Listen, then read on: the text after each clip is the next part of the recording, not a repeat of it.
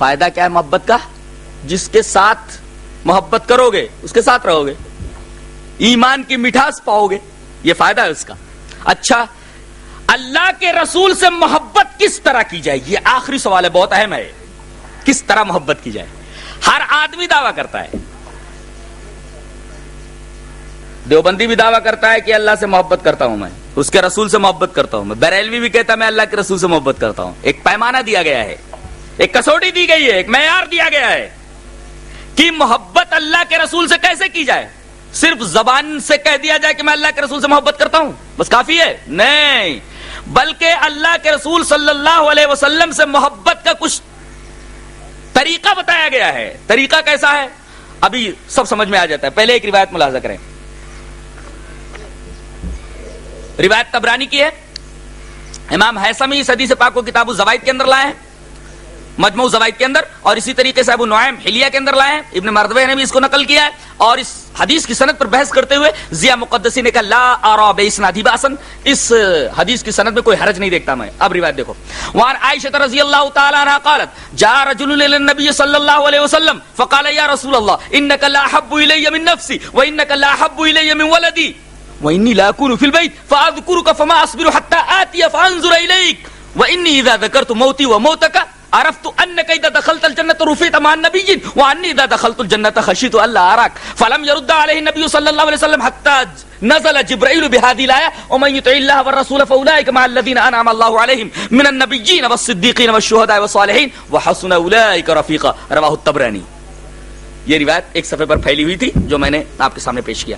حضرت عائشہ فرماتی ہیں کہ ایک آدمی رسول اللہ صلی اللہ علیہ وسلم کی خدمت میں آیا، کہا کہ اے اللہ کے رسول، آپ میرے نزدیک میری جان سے بھی زیادہ محبوب ہے، انک لا احب الی من نفسی، میری جان سے بھی زیادہ محبوب ہے، وانک لا احب الی من ولدی، اے اللہ کے رسول آپ میری اولاد سے بھی زیادہ محبوب ہیں، میں اپنی بیٹی سے زیادہ آپ سے محبت کرتا ہوں، میں اپنے بیٹے سے زیادہ آپ سے محبت کرتا ہوں، اپنی جان سے زیادہ آپ کو محبت کرتا ہوں۔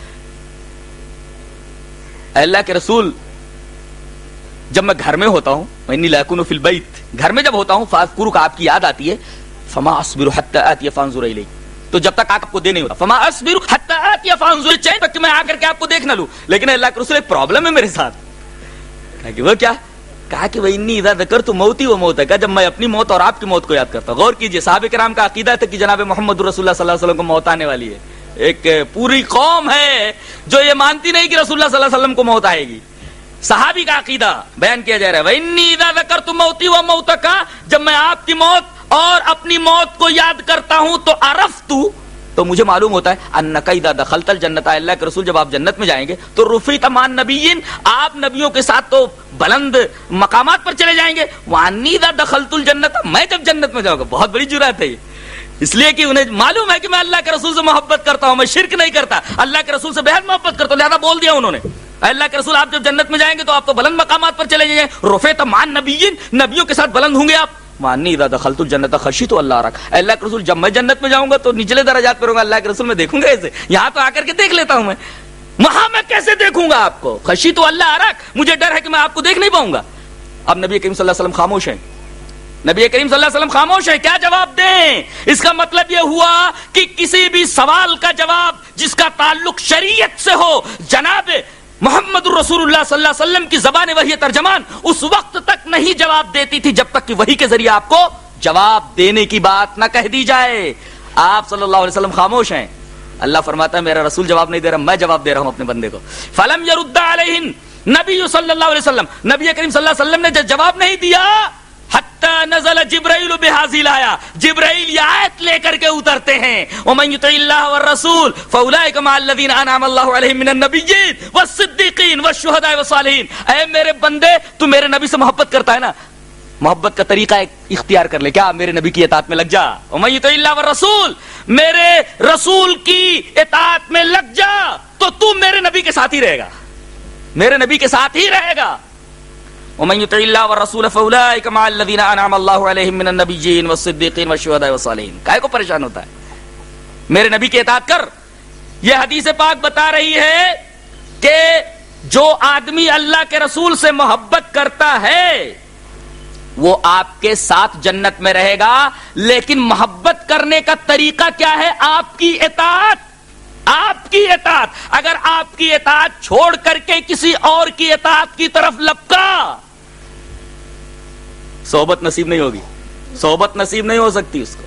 اس سلسلے میں ربیعہ ابن کعب اسلمی کی ایک روایت جسے امام مسلم رحمۃ اللہ علیہ کتاب الزہد کتاب الرقاق میں وہ روایت پیش کر دو. روایت اس طرح ہے, وہاں ربیعہ ابن کعب الاسلمی رضی اللہ تعالی عنہ قال كنت ابيت مع النبي صلی اللہ علیہ وسلم فآتيه بوضوئه وبحاجته فقال سلني قلت اسالك فاني اسالك مرافقتك في الجنه فقال وغير ذلك قلت هو ذاك قال فاعني على نفسك بكثرة السجود. رواه مسلم. روایت مسلم شریف کی ہے. حضرت ربیعہ ابن کعب اسلمی فرماتے ہیں کہ میں رسول اللہ صلی اللہ علیہ وسلم کے ساتھ سوتا تھا, چھوٹے تھے, رسول اللہ صلی اللہ علیہ وسلم کے ساتھ سوتے تھے, اور آپ کو جب وضو کی ضرورت ہوتی تھی تو آپ کے لیے پانی لا دیتے تھے, لیجئے اللہ کے رسول یہاں پانی, اور جب آپ کو حاجت جانا ہوتا تھا تو پانی لے کر کے آپ کے ساتھ جاتے تھے.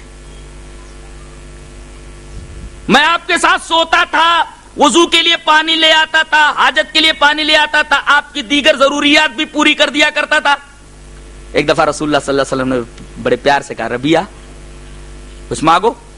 دیکھو بریلوی یہیں رک جاتا ہے, دیکھو نبی مختار ہیں, ربیعہ سے کہہ رہے ہیں مانگ ربیعہ مانگ. ارے بے وقوف آگے دیکھ کیا ہے, آگے دیکھ, یہیں مت رک جا, سلنی پہ مت رک, مانگ ربیعہ مانگ. یہ تو ہے ٹھیک ہے, لیکن آگے کیا ہو رہا ہے وہ نہیں دیکھ رہا ہے, بس یہی رک جا رہا ہے. سلنی مانگ ربیعہ مجھ سے مانگ. کہا دیکھو مختار ہے رسول اللہ صلی اللہ علیہ وسلم کہہ رہے مانگ ربیعہ مانگ. حضرت ربیعہ بھی بہت ہوشیار تھے, چاہتے تو دنیا بھی مانگ سکتے تھے. کہا کہ نہیں اللہ کے رسول, اب یہاں آپ کے ساتھ سوتا ہوں نا, آپ کے ساتھ رہتا ہوں نا, جنت میں بھی اسی طریقے سے میں آپ کے ساتھ رہنا چاہتا ہوں. فإني أسألك مرافقتك في الجنة. مرافقہ من رفاقت, صحبت, ساتھ. اے اللہ کے رسول فإني أسألك مرافقتك في الجنة, آپ کے ساتھ میں جنت میں بھی رہنا چاہتا ہوں. آپ کے بنگلے کا جاروب کشوی بنا دیا جائے تو چلے گا, جھاڑو لگانے والا. اللہ کے رسول میں آپ کے ساتھ رہنا چاہتا ہوں. فإني أسألك مرافقتك في الجنة. رسول اللہ صلی اللہ علیہ وسلم فرمایا اچھا اب غیر ذلك, تو بہت بڑی بات ہو گئی ہے, اس کے علاوہ کچھ مانگو.